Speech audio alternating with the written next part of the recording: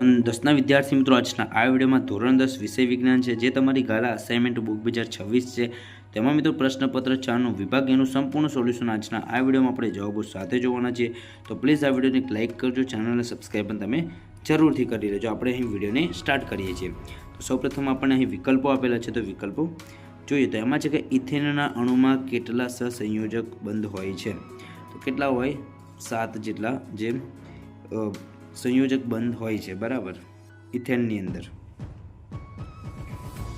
પછી નેક્સ્ટ છે કે દાંતનું બહારનું પડ શાનું બનેલું હોય છે, તો દાંતનું બહારનું પડ આવશે કેલ્શિયમ ફોસ્ફેટનું બનેલું હોય છે। પછી 1 યુએમ્પિયર બરાબર ખાલી જગ્યાએ એમ એ બરાબર, તો કે 10⁻³ પછી શ્વસનના પ્રથમ તબક્કામાં ગ્લુકોઝમાંથી કઈ નિપજ ઉત્પન્ન થાય છે, તો પાયરુવેટ। પછી સમતલ અરીસાની સામે વસ્તુને 20 સેમી અંતરે મૂકતા વસ્તુ અને તેના પ્રતિબિંબ વચ્ચે કેટલું અંતર હોય, તો કે 40 સેમી જેટલું અંતર હોય, બરાબર। ઓપ્શન એ આપણો જવાબ થશે। પછી પ્રિઝમ વડે થતા શ્વેત પ્રકાશના વિભાજનમાં કયા રંગનો પ્રકાશ સૌથી વધુ વિચલન પામે છે, તો ઓપ્શન એ થશે જાંબલી રંગ। અહીં મિત્રો આપણને ખાલી જગ્યા આપેલી છે। નેક્સ્ટ તો કે ડિટર્જન્ટમાં હાઇડ્રોકાર્બન સાથે ખાલી જગ્યા ક્રિયાશીલ સમૂહ જોડાયેલ છે, તો -SO3Na, બરાબર। પછી એક વિદ્યુત બલ્બનું રેટિંગ 220 વોટ અને 100 વોટ છે। જ્યારે તેને 110 વોટ પર વાપરવામાં આવે છે ત્યારે વપરાતો પાવર ખાલી જગ્યા વોટ છે, તો શું જવાબમાં આવશે? 50 વોટ જવાબમાં આપણો આવશે, ખાસ યાદ રાખજો। પછી મનુષ્યનો ઉરોદર પટલ એ ખાલી જગ્યા સાથે સંકળાયેલ તંત્રનો ભાગ છે, તો મનુષ્યનો ઉરોદર પટલ એ શ્વસન સાથે સંકળાયેલો ભાગ છે, બરાબર। પછી સ્ત્રીના લિંગી રંગસૂત્રનું બંધારણ XX છે, ખાસ યાદ રાખજો।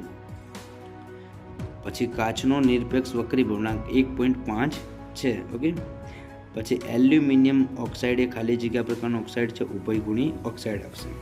પછી નેક્સ્ટ આપણને ખરા ખોટા આપેલા છે, તો કે આયનીય સંયોજનો નીચા ગલન બિંદુ ધરાવે છે, તો વિધાન કેવું આવશે? ખોટું આવશે।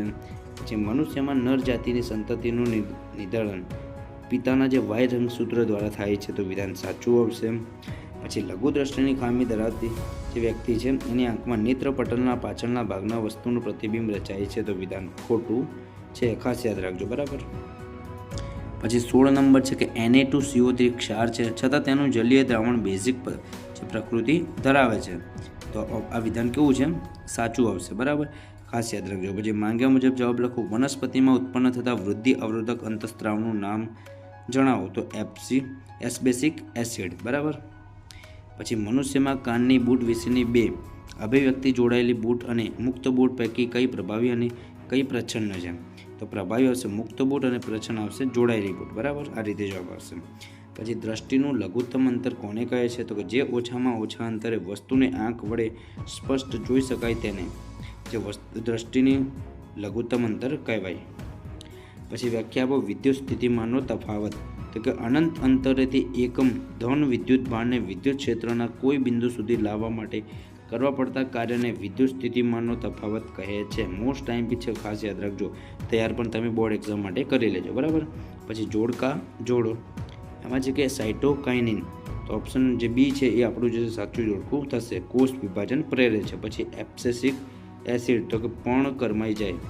પછી ઓઝોન સ્તરની અગત્ય, તો કે યુવી કિરણોનું શોષણ, ઓઝોન સ્તરનું વિઘટન, તો CFCs ક્લોરોફ્લોરા કાર્બન્સ, બરાબર, તો આ રીતે આપણો જવાબ આવશે। તો દોસ્તો આજના વિડીયોમાં આટલું। આઈ હોપ કે તમને આ વિડીયો ગમ્યો હશે। વિડીયો ગમે તો વિડીયોને લાઇક, ચેનલને સબસ્ક્રાઈબ જરૂરથી કરી દેજો। Thank you so much for watching. જય હિન્દ, જય ભારત।